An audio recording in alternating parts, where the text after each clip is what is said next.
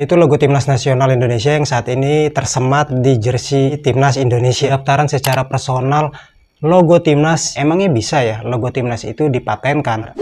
Itu menjadi sebuah anomali ya. Mendaftarkan itu secara personal kan berarti kecenderungannya untuk dulu-dulu perasaan mah nggak gini-gini amat ya. Memberikan tanggapannya di akun media sosialnya juga nih, itu begitu lekat di masyarakat ya. 1987 dengan perisai hitamnya, semua atlet dari cabang manapun menggunakan lambang Garuda ini sebagai, kenapa sih kita nggak milih logo federasi yaitu PSSI? Aparelnya itu aparel lokal, yaitu Gejali Garment ya. Ide besarnya itu ada satu pihak yang sangat kecewa jika mendengar tentang pendaftaran dan polemik seperti ini, yaitu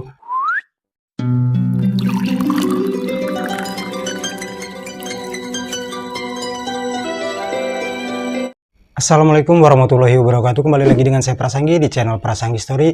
Dalam video kali ini kita akan membahas tentang topik yang lagi hangat-hangatnya yang beberapa hari ini tuh meramaikan jagat maya, atau tepatnya di akun X itu ya, yaitu tentang polemik pendaftaran secara personal logo Timnas yang ada pada jersey Timnas Indonesia. Ya, logo yang kayak gini nih, yaitu logo Timnas Nasional Indonesia yang saat ini tersemat di jersey Timnas Indonesia buatan Erspo dan juga buatan Mills.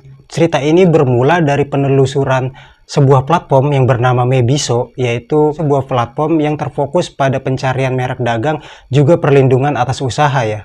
Nah, di mana Mebiso ini menemukan fakta yang mengejutkan bahwa ternyata logo Timnas yang ada pada jersey Timnas saat ini tuh didaftarkan secara personal oleh Bapak Muhammad Sadat selaku pemilik Erspo. Nah, yang menjadi pertanyaan besar bagi netizen adalah, emangnya bisa ya logo Timnas itu dipatenkan? Apakah bisa lambang negara yang memiliki ornamen dan tersemat di jersey Timnas kita itu bisa didaftarkan hakinya atau hak kekayaan intelektualnya? Dan temuan fakta dari platform Mebiso ini pun menemukan bahwa logo Mills yang lama sebelum logo milik Erspo ini muncul, yaitu logo yang hitam seperti ini, itu juga didaftarkan, hanya saja ini didaftarkan atas nama PSSI. Beda dengan logo Garuda yang didaftarkan atas nama personal atau pribadi atas nama Bapak Muhammad Sadat selaku pemilik Erspo. Nah, ini yang menjadi polemik atau menjadi sebuah anomali ya.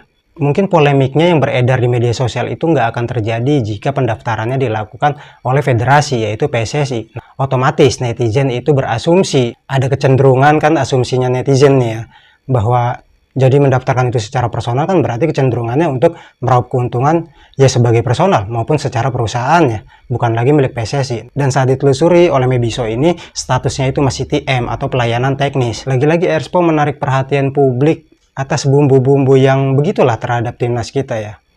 Selang beberapa hari kemudian ada tanggapan dari Esko PSSI yaitu Bapak Arya Sinulinga tentang terkait hal pendaftaran secara personal ini ya, yang terdaftar atas nama Muhammad Sadat selaku pemilik Erspo, bahwa beliau itu mengatakan bahwa ini sebenarnya hanya proses aja, masyarakat nggak usah khawatir, nanti ujung-ujungnya akan dikelola oleh PSSI selaku federasi. Awalnya emang pendaftaran itu dilakukan bersama-sama oleh Bapak Muhammad Sadat juga PSSI, cuman yang terdaftar di statusnya saat ini yaitu atas nama Muhammad Sadat. Itu kata beliau, itu penuturan beliau ya, menekankan bahwa masyarakat nggak perlu risau akan pengelolaan hak kekayaan atas logo ini, nanti akan dikelola oleh PSSI. Nah, kita bisa lihat di sini ya, dari penelusuran Mebiso itu ya seperti ini. Sebelumnya PSSI juga sudah mendaftarkan logo Mills yang berupa emblem atau perisai hitam ini ke DJKI yang tersemat pendaftaran ini atas nama PSSI. Namun anomalinya yaitu terjadi tepatnya logo Garuda di Timnas ini atas nama Muhammad Sadat. Ini yang beredar narasinya di media sosial, kerisauan akibat pendaftaran secara atas nama pribadi ya. Kira-kira tanggapan kalian tuh gimana atas isu atau topik yang sedang beredar beberapa hari ini tuh tentang logo Timnas pada jersey Timnas Indonesia kita saat ini? Kita nggak bisa pungkiri logo Mills yang kemarin dengan perisai hitam itu begitu lekat di masyarakat ya, begitu dicintai oleh masyarakat, sehingga kita itu di saat sekarang ini menggambarkan logo Timnas ya, logo Timnasnya milik Mills ini ya, yang tampak secara visual itu memang sudah melekat di benak kita ya. Era-era sekarang Timnas kita, para penggemar, para pecinta sepak bola Indonesia itu pasti melekat dengan logo yang seperti ini. Saya rasa ini menjadi kesuksesan besar bagi tim Mills juga sang desainernya, bahwa karyanya itu dicintai banyak masyarakat Indonesia. Nah, di lain sisi, atas pendaftaran secara sepihak ini maupun secara personal dari pihak Mills ataupun sang desainernya itu, Bang Fajar memberikan tanggapannya di akun media sosialnya juga nih, kurang lebih seperti ini. bahwa intinya ya sebenarnya agak sedikit kecewa lah ya secara manusiawi, bahwa karya yang dia riset secara mendalam dan pengembangannya juga dilakukan oleh tim itu yang menghasilkan visual seperti ini itu secara sepihak didaftarkan oleh PSSI tanpa sepengetahuan dia, tidak melakukan koordinasi terlebih dahulu ke pihak desainer maupun tim Mills-nya tersebut ya. Namun yang patut saya acungi jempol atas sikap yang diambil oleh pihak dari Mills juga Bang Fajar tersebut selaku desainer, mengambil sikap secara legowo untuk mewakafkan logo tersebut yang berornamen perisai hitam dengan motif atau corak emasnya itu ke PSSI untuk diwakafkan lah, untuk dimiliki masyarakat. Ini sikap yang sangat bijak banget menurut saya, walaupun pastinya secara manusiawi menelan kekecewaan ya atas dasar tadi secara sepihak federasi itu mendaftarkan tanpa memberitahu dulu tim dari Mills juga sang desainer Bang Fajar Rusalem ini ya. Saya rasa tim Mills dan juga Bang Fajar itu semakin dicintai oleh publik lah ya, atau masyarakat Indonesia atas sikap yang diambil seperti ini. Ya emang saya rasa juga secara penilaian saya, impresi secara visualnya logo timnas yang buatan Bang Fajar ini dan tim Mills ini tuh memang elegan banget ya, terasa megah dan mewah, nuansa kebanggaannya tuh tersirat dari logo yang ini. Maka nggak heran banyak masyarakat yang banyaklah menggemari logo yang satu ini. Nah, usut punya usut, sedikit kita membedah logo yang begitu apik ini yang ditampilkan oleh Mills di tahun sebelumnya, sebelum berganti ke Erspo ya. Memang ini terinspirasi dari jersey timnas di tahun 1987 dengan perisai hitamnya. Cuman ini kan dilakukan riset dan pengembangannya, developmentnya oleh tim Mills juga ya, sehingga menghasilkan ornamen maupun motif yang seperti ini sekarang ini. Bahkan menurut pendapat saya pribadi, logo ini mungkin bisa jadi paten nih. Siapapun nanti di masa yang akan datang, aparel resmi yang memegang jersey timnas kita itu berganti, ya logonya saya rasa sih ini jangan berubah-berubah lah, untuk dikelola PSSI tepatnya dan menjadi milik masyarakat lah ke depannya. Nah, kira-kira seperti itu nih beberapa hari ini yang lagi ramai diperbincangkan tentang polemik logo timnas kita yang tersemat pada jersey timnas Indonesia saat ini. Dulu-dulu perasaan mah nggak gini-gini amat ya. Ada aja gitu bumbu-bumbu apanya gitulah. Kita kalau ngomongin soal logo timnas ini ya, kalau kalian amatin ya, logo timnas kita itu kan memakai lambang negara ya. Nggak seperti kebanyakan negara-negara di dunia ini yang menggunakan logo federasinya atau logo persatuan sepak bola di negaranya ya. Timnas kita itu menjadi timnas yang unik bahwa kita negara yang konsisten menggunakan lambang negara yang tersemat di jersey timnas kita ya. Nah, usut punya usut nih, cerita penggunaan lambang Garuda itu udah ada dari tahun 50-an ya.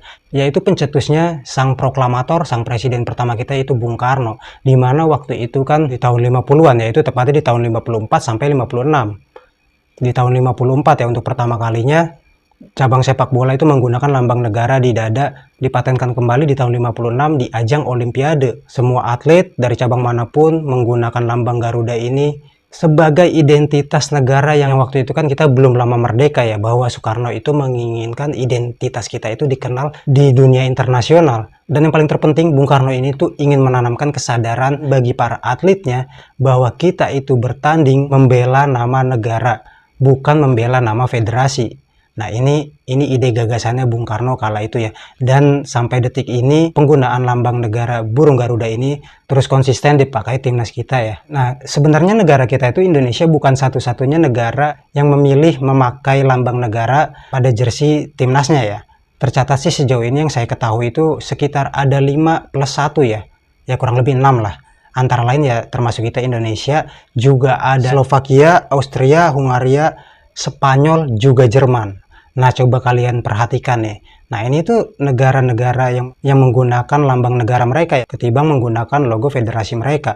Plus satunya yang saya bilang tadi, 5+1 negara itu ya Jerman ya, karena Jerman ini mengkombinasikan lambang negara juga lambang federasinya DFB ya. Sehingga logo yang ada di timnas Jerman itu seperti ini ya, kurang lebih 6 negara memilih memakai lambang negara ketimbang logo federasinya. Nah, kenapa sih kita nggak milih logo federasi yaitu PSSI untuk disematkan pada jersey timnas kita ya? Nah, sebenarnya di tahun 2004 itu pernah nih, waktu itu di pagelaran atau ajang Piala Asia ya, di tahun 2004. Nah, ini aparelnya itu aparel lokal, yaitu Gajali Garment. Si penampakannya seperti ini. Nah, kalau kalian masih ingat itu nih, pertama kali kostum ini atau jersey ini tuh dipakai di laga versus Qatar, dan kita menang ya dengan skor 1-2. yang ngegolin itu Ponario Astaman dan Budi Piton ya, Budi Sudarsono. Jadi kita sebenarnya juga pernah ya memakai logo federasi. Nah, menurut kalian gimana? Kalau menurut saya pribadi sih ya, ide dasar dari Bung Karno itu sangat tepat ya. Ide besarnya itu kesadaran bagi insan olahraga tersebut bahwa kita itu membela negara, membawa nama besar negara, bukan membawa nama federasi. Kira-kira seperti itu saya sangat sepakat. Dan jika pun nanti di masa yang akan datang kita menggunakan logo federasi, ya baiknya itu rebranding ya. Jangan logo seperti yang sekarang lah, menurut saya kurang menarik lah. Ini mah jujur-jujuran aja lah, kurang menarik logo PSSI gitu kan. Jika ingin memakai logo federasi itu benar-benar harus yang sangat kuat auranya, yang menggambarkan spirit juga identitas nasional. Harusnya tercermin dari logo federasi nanti selanjutnya kalau ingin memakai logo federasi. Namun menurut saya pemakaian lambang negara Garuda ini ya tadi udah sangat betul tepat mewakili nama besar bangsa kita. Lambang negara ini mengingatkan perjuangan kita dalam memperjuangkan kemerdekaan, juga menjadi identik dengan nasionalisme ya terhadap burung Garuda ini. Menurut saya sih kayak gitu. Nah, gimana menurut pendapat kalian? Boleh tulis di kolom komentar. Nah, kalau tadi polemik soal pendaftaran sepihak maupun secara personal logo timnas pada jersey timnas kita itu ramai diperbincangkan, ada beberapa pihak lah yang menelan kekecewaan atas pendaftaran ini ya, dan menjadi anomali ketika itu didaftarkan atas nama pribadi yang mungkin menurut saya pribadi ada satu pihak yang sangat kecewa jika detik ini beliau mendengar tentang pendaftaran dan polemik seperti ini, yaitu sang pencetus ataupun sang pembuat lambang negara tersebut Garuda itu ya, yaitu Sultan Hamid II. Sejarah singkatnya, beliau yang merancang dan mendesain ketika dilakukan sayembara untuk mendapatkan lambang negara kita yang diadakan di tahun 49, disempurnakan di tahun 50, memberikan jambul pada kepalanya yang menoleh ke kanan itu ya, dan resmi ditetapkan dalam undang-undang di tahun 1951. Ya, apapun itu ceritanya, di balik polemik ini baiknya tidak mengganggu fokus timnas kita yang sebentar lagi akan menjalani laga kualifikasi Piala Dunia di putaran ketiga atau round 3 yang akan dilakukan drawingnya tanggal 27 Juni nanti ya di Malaysia ya. Semoga keinginan kita semua tercapai untuk melihat timnas kita lagu Indonesia Raya berkumandang di pagelaran paling akbar sejagat raya, yaitu Piala Dunia 2026. Kurang lebih gitu aja video kali ini dari saya. Untuk sebuah apresiasi pada channel saya Persanggi Story, kalian bisa kasih like, subscribe, komen, juga share-nya. Kita bakal balik lagi di video-video selanjutnya yang menarik dan unik untuk disimak. Singkat cerita, saya Persanggi pamit undur diri. Salam tuang rasa, tuang cerita.